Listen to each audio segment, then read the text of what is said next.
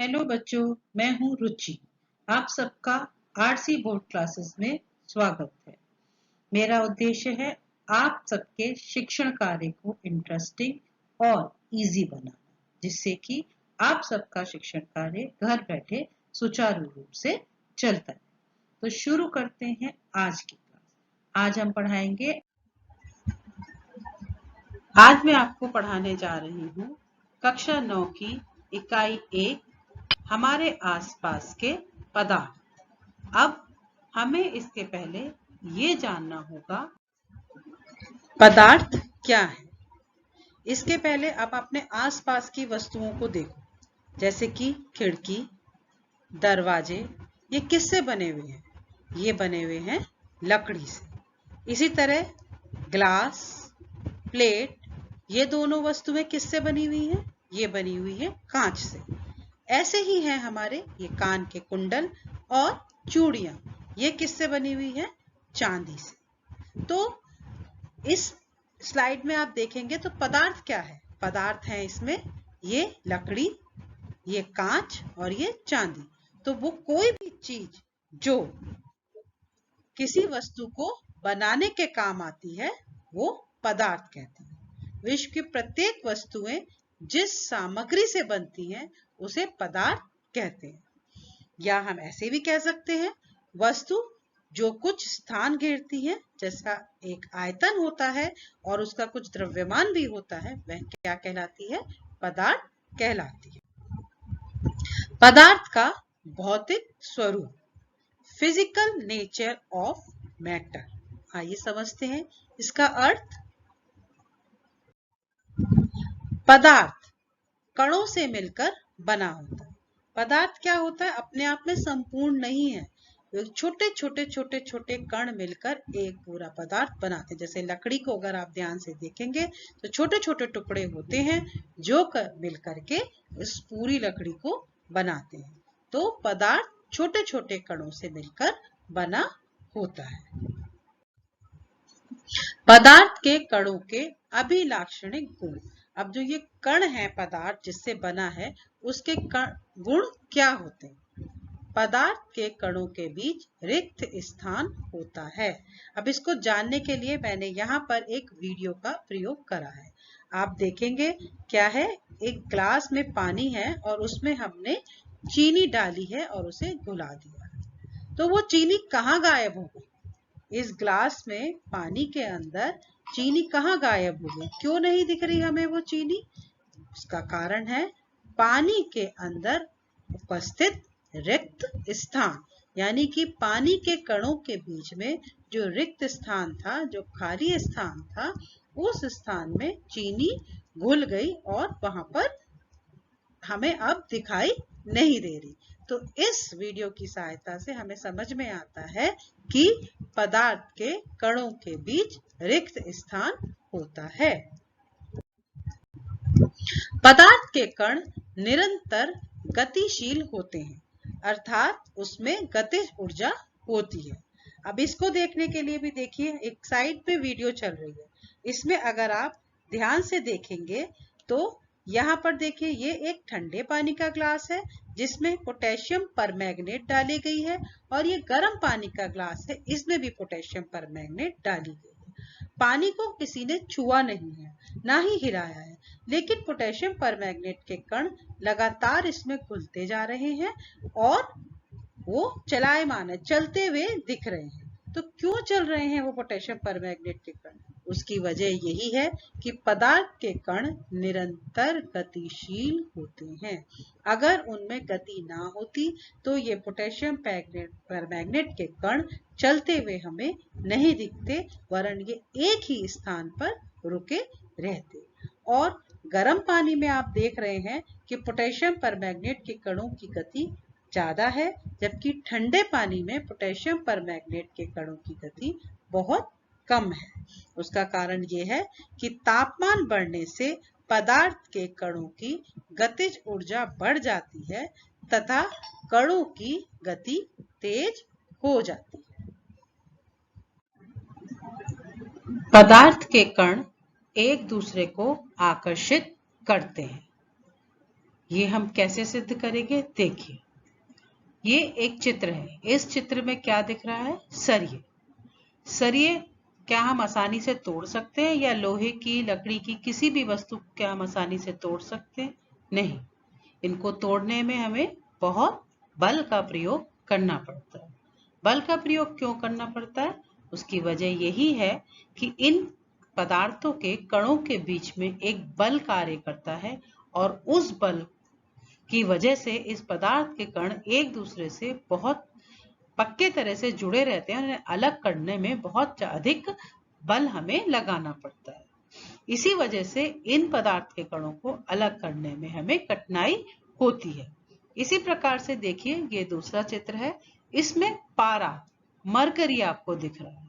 Mercury बार बार एक ही स्थान पर इकट्ठा होता चला जा रहा है। इसकी वजह क्या है? इसकी वजह भी इसके कणों के बीच में उपस्थित आकर्षण बल है, जो इसके कणों को बार बार पास लाता है और एक स्थान पर एकत्रित कर लेता है। हम कह सकते हैं कि पदार्थ के कणों के बीच में आकर्षण बल उपस्थित होता है। पदार्थ की अवस्थाएं। पदार्थ हमेशा अलग अलग अवस्था में उपस्थित रहता है। आपके आसपास जो पदार्थ हैं, उन सभी पदार्थों की अवस्थाएं अलग अलग होती है। पहली अवस्था है ठोस अवस्था। जैसे कि ये कुर्सी दिख रही है, ये कौन सी अवस्था की है? ठोस अवस्था, यानी कि सॉलिड स्टेट। दूसरी अवस्था द्रव अवस्था, जैसे कि पानी, इसे हम अंग्रेजी में कहते हैं लिक्विड स्टेट ऑफ मैटर। तीसरी अवस्था है गैसीय अवस्था, यानी कि गैसियस स्टेट ऑफ मैटर। अब इन अवस्थाओं को एक एक करके हम समझेंगे। कुछ चित्र आपके सामने आ रहे हैं, जैसे कि टेबल, एरोप्लेन, दरवाजा और पेंसिल। इन सभी वस्तुओं में क्या समानता है? ये सभी वस्तुएं ठोस हैं। कहने का अर्थ है इनका आकार और आयतन निश्चित रहता है। एक एक करके जानते हैं हम ठोसों के गुणों के बारे में। इन सभी ठोसों का आकार निश्चित होता है, इनकी सीमाएं स्पष्ट होती हैं, आयतन स्थिर होता है, यानी कि इनका आयतन बदलता नहीं है, इनकी संपीड्यता नगण्य होती है, यानी कि इन्हें इजीली कंप्रेस नहीं किया जा सकता। ठोस दृढ़ होते हैं, सॉलिड हमेशा एक निश्चय में रहते हैं। अब देखते हैं कुछ और वस्तुएं, जैसे कि पेट्रोल, शहद और तेल। इन वस्तुओं में क्या समानता है? ये सभी वस्तुएं द्रव अवस्था की हैं। इन सभी वस्तुओं का आकार निश्चित नहीं रहता। इन्हें जिस बर्तन में डाला जाता है, ये उसका आकार ले लेती है। अब हम जानते हैं द्रवों के गुण। द्रव का आकार निश्चित नहीं होता। द्रव को जिस बर्तन में रखा जाता है, वह उसका आकार ले लेता है। द्रव का आयतन निश्चित होता है। द्रव दृढ़ नहीं होते।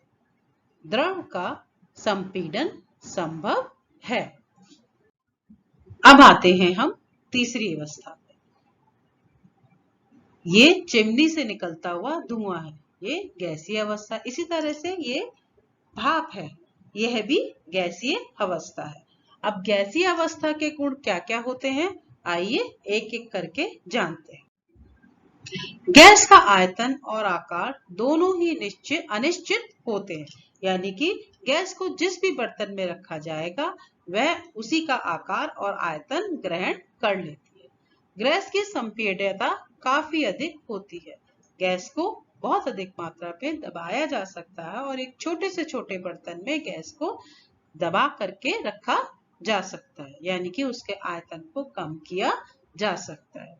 गैस के कणों की गतिज ऊर्जा द्रव तथा ठोस से बहुत अधिक होती है, जिसके कारण गैस के कण तेजी से फैलते हैं। पदार्थ की विभिन्न अवस्थाओं के बीच रिक्त स्थानों की तुलना। अब हम देखते हैं कि जो अलग अलग अवस्थाएं होती हैं, उनके पदार्थों के बीच में कितना रिक्त स्थान होता है। पहले हमने जाना था कि रिक्त स्थान तो होता है, क्योंकि चीनी पानी में घुल गई थी और गायब हो गई थी, तो वो कहाँ गई? पानी के बीच में उपस्थित रिक्त स्थान में ही वो चीनी के कण घुल गए थे। अब अलग अलग अवस्थाओं के पदार्थ में किस किस तरह के कितना कितना उनके कणों के बीच में रिक्त स्थान होता है, वो हम जानेंगे। सबसे पहले देखेंगे गैस के कण। ये एक गैस के कण मैंने यहाँ चित्र में दिखाए हैं। आप देखेंगे कि कण बहुत दूर दूर हैं और इनके बीच में बहुत अधिक रिक्त स्थान होता है। दूसरा देखेंगे हम लिक्विड यानी कि द्रव में। द्रव में जो कण है वो गैस के कणों के मुकाबले पास है और उनका रिक्त स्थान गैस के कणों के बीच के रिक्त स्थान से कम दिख रहा है। तीसरी स्टेज पे आते हैं हम, वो है सॉलिड। सॉलिड के कणों के बीच यानी कि ठोस के कणों के बीच रिक्त स्थान ना के बराबर होता है, बहुत ही कम होता है। तो अगर हम तुलनात्मक रूप में देखें तो गैस के कणों के बीच रिक्त स्थान सबसे अधिक होता है। द्रव तथा तरल के कणों के बीच रिक्त स्थान गैस की तुलना से कम और ठोस की तुलना में अधिक होता है। ठोस के कणों के बीच रिक्त स्थान सबसे कम होता है। क्या पदार्थ अपनी अवस्थाएं बदल सकते हैं? क्या ठोस अवस्था का पदार्थ द्रव अवस्था में या द्रव अवस्था का पदार्थ ठोस अवस्था में बदला जा सकता है? हाँ, ये देखिए क्या है का चित्र है, बर्फ है। बर्फ को थोड़ी देर अगर हम टेबल पे छोड़ दें तो काहे में बदल जाएगी? पानी में। तो किसमें क्या हुआ? पदार्थ ठोस अवस्था से द्रव अवस्था में बदल गया। इसी प्रकार अगर हम पानी को गर्म करने रख दें तो क्या होगा? उसमें से भाप निकलने लगती है। तो भाप कहाँ से आई? पानी ही भाप में बदल गया। तो पदार्थ ठोस से द्रव अवस्था में और द्रव से गैसीय अवस्था में बदलता हुआ इस चित्र में आपको दिख रहा है। और भी अवस्थाओं में पदार्थों को बदला जा सकता है। देखते हैं कैसे। जब पदार्थ एक अवस्था से दूसरी अवस्था में परिवर्तित होता है तो उस समय वो या तो ऊर्जा को अवशोषित करता है या उत्सर्जित करता है, यानी कि हीट को या तो एब्सॉर्ब करेगा या रिलीज करेगा। उस समय तापमान में कोई भी परिवर्तन नहीं होता। पदार्थ की जब अवस्था बदलती है तो उस समय तापमान में कोई परिवर्तन नहीं होता, इसीलिए उस ऊष्मा को गुप्त ऊष्मा कहते हैं। परिभाषा क्या होगी इसकी? पदार्थ की अवस्था परिवर्तन के क्रम में तापमान में परिवर्तन के बिना ही अवशोषित या उत्सर्जित की जाने वाली तापीय ऊर्जा को गुप्त ऊष्मा या प्रसुप्त ऊष्मा कहा जाता है।